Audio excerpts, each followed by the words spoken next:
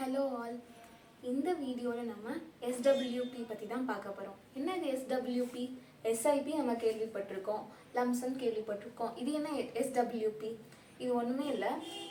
எஸ்ஐபினா systematic investment plan, ஆனால் எஸ்டபிள்யூபினா systematic withdrawal plan.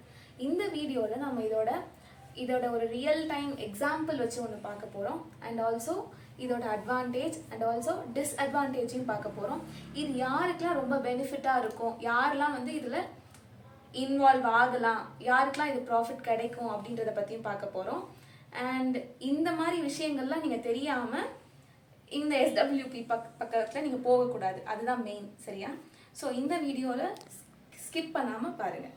Okay, SWP அதாவது systematic withdrawal plan. நான் already சொல்லியிருக்கேன். ஸோ அதனால வித்ட்ராவல்னு மட்டும் நான் போட்டுக்கிறேன்.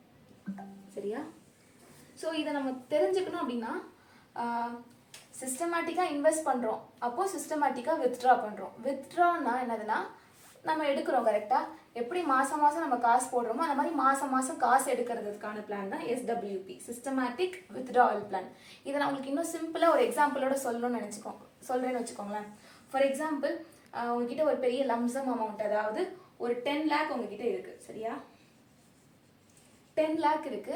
அந்த 10 lakh நீங்கள் அந்த 10 lakh வச்சு உங்களுக்கு மந்த்லி ஒரு 10,000 நீங்கள் எக்ஸ்பெக்ட் பண்ணுறீங்க. 10,000 எனக்கு மாதம் எனக்கு வந்ததுன்னா ஓகே போதும் அப்படின்னு நீங்கள் நினைக்கிறீங்க. ஸோ அப்படி இருக்கச்சில்ல, ஸோ இதில் நீங்கள் நிறைய வேஸ் இருக்குது. இது நிறைய வேஸ் நமக்கு பண்ணலாம். எஃப்டியில் போடலாம், ஆர்டியில் போடலாம், நிறைய இதில் நம்ம போடலாம். ஆனால் எஸ்டபிள்யூபியில் போடுறதுனால நமக்கு என்னென்ன பெனிஃபிட்ஸ் அப்படின்னு நம்ம பார்த்தோம்னா 3 பெனிஃபிட்ஸ் இருக்குது. சரியா? ஸோ முதல்ல ஃபர்ஸ்ட் பெனிஃபிட் ரெகுலர் இன்கம். சரியா? இதோட அட்வான்டேஜ், மெயின் அட்வான்டேஜ் அப்படின்னு நீங்கள் பார்த்தீங்கன்னா நமக்கு இந்த எஸ்டபிள்யூபி பிளானை நம்ம இது பண்ணுறதுனால, ப்ரொசீட் பண்ணுறதுனால நமக்கு ஒரு ரெகுலர் இன்கம் கிடைக்குது. ஸோ அதுக்கு முன்னாடி நான் உங்களுக்கு எப்படின்னு சொல்லிட்டு அந்த ப்ராசஸ் நான் எக்ஸ்பிளைன் பண்ணுறேன். இந்த 10 lakh வச்சு. ஸோ உங்ககிட்ட ஒரு 10 lakh இருக்குது. இந்த 10 lakh நீங்கள் மியூச்சுவல் ஃபண்டில் போடுறீங்க. போட்டுட்டு இந்த எஸ்டபிள்யூபி பிளானை ஆன் பண்ணிக்கிறீங்க. ஓகேவா? இதை நீங்கள் ப்ரொசீட் பண்ணிக்கிறீங்க. ஸோ அப்படி பண்ண சில மியூச்சுவல் ஃபண்ட் அப்படின்னு போட சொல்லி நமக்கு எப்படின்னா 15% நம்ம தாராளமாக எக்ஸ்பெக்ட் பண்ணலாம். 15% ரிட்டர்ன். ஓகேவா? அதாவது 15% இயர்லி, வருஷத்துக்கு 15% தாராளமாக நம்ம எக்ஸ்பெக்ட் பண்ணலாம் மியூச்சுவல் ஃபண்ட் பொறுத்த வரைக்கும். இந்த எஸ்டபிள்யூபியை நம்ம ஆக்டிவேட் பண்ணியிருக்கணும். சரியா? ஸோ இப்போ 10 lakhல எனக்கு தேவை என்னது, மாதம் நான் 10,000 நான் எக்ஸ்பெக்ட் பண்ணுறேன். சரியா? ஸோ மந்த்லி எனக்கு நான் 10K எடுப்பேன். சரியா? எனக்கு 10K வித்ட்ரா பண்ணுற மாதிரி நான் இதில் நம்ம எப்படி வேணாலும் நம்ம செட் பண்ணிக்கலாம். சரியா? நீங்கள் அதிகமாகவும் செட் பண்ணிக்கலாம், கம்மியாகவும் செட் பண்ணிக்கலாம். இது உங்களோட இதை பொறுத்து, உங்களோட தேவைகளை பொறுத்து. சரியா? ஸோ நான் என்னோட எக்ஸ்பெக்டேஷன் எவ்வளோனா, மந்த்லி 10K தான் நான் எக்ஸ்பெக்ட் பண்ணுறேன். ஸோ அப்போனா ஒரு வருஷத்துக்கு எனக்கு எத்தனை மாதம் இருக்குது? 12 month இருக்குது. அப்போது 1,20,000.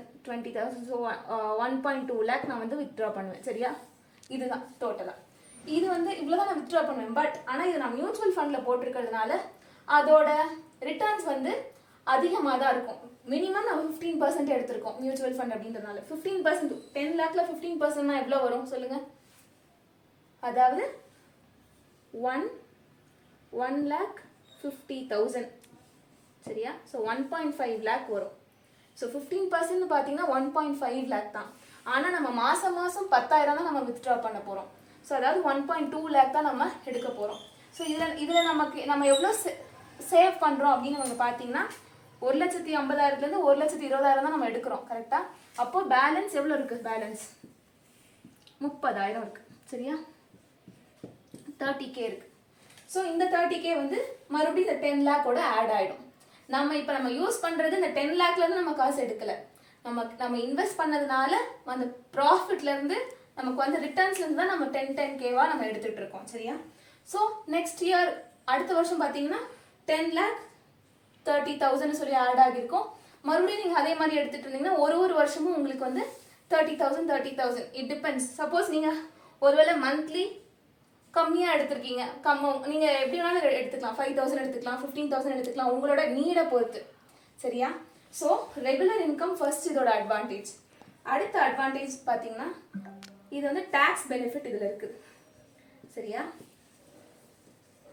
நமக்கு தெரியும் நம்ம வந்து ப்ராஃபிட் மட்டுமே வந்து 1,20,000 25,000, அதாவது கேபிட்டல் கெயின் டேக்ஸ் மட்டுமே 1,25,000 நம்ம எடுத்துக்கலாம். சரியா? ஸோ இதில் நம்ம 1.2 lakh தான் எடுத்துக்கிறோம். ஸோ அதனால நமக்கு டேக்ஸே கிடையாது. சரியா? இது வந்து அதோட ஒரு ஒன் ஆஃப் த பெனிஃபிட்ஸ். அது மட்டும் இல்லாமல் ஃப்ளெக்சிபிலிட்டி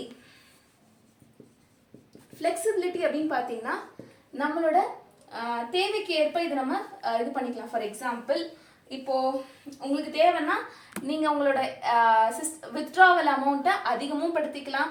சரி, இந்த வாட்டி எனக்கு தேவையில்லைன்னு சொல்லிட்டா நீங்க வந்து ஸ்டாப்பும் பண்ணிக்கலாம். இல்லை எனக்கு கொஞ்சமா தேவை அப்படின்னா கம்மியும் பண்ணிக்கலாம்.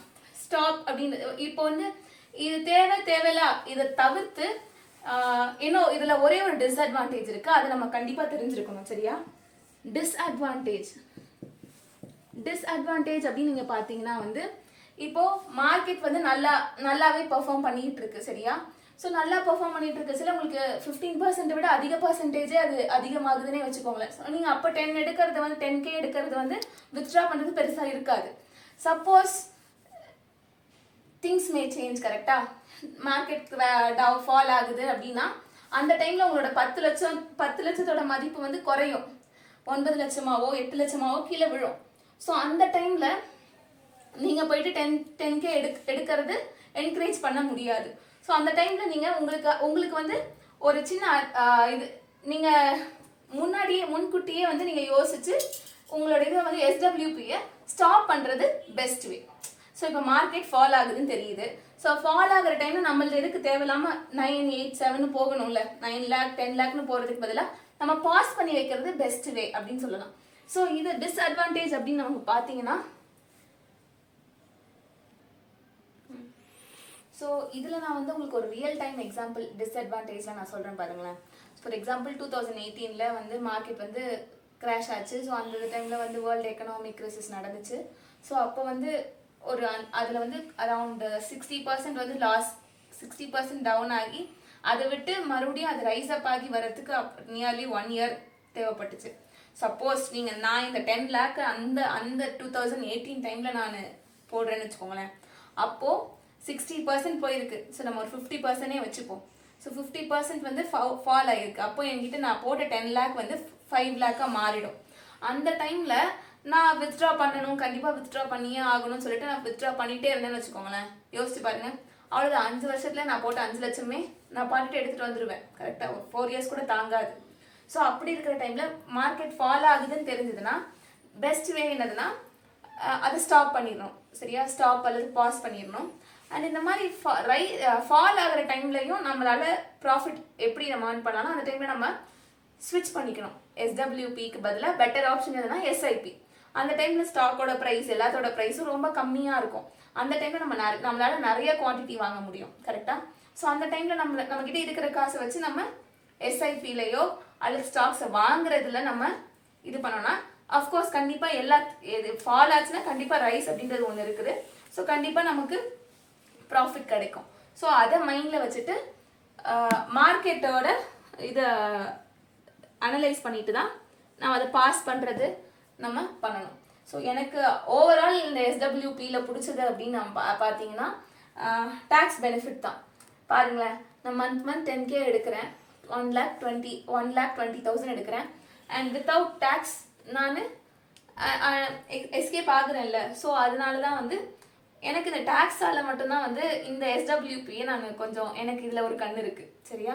ஸோ உங்களுக்கு இதில் ஏதாவது டவுட் இருந்தால் நீங்கள் கமெண்ட்டில் சொல்லுங்கள். ஃபார் மோர் வீடியோஸ் சேனலை செக் பண்ணுங்கள். தேங்க்ஸ் ஃபார் வாட்சிங்.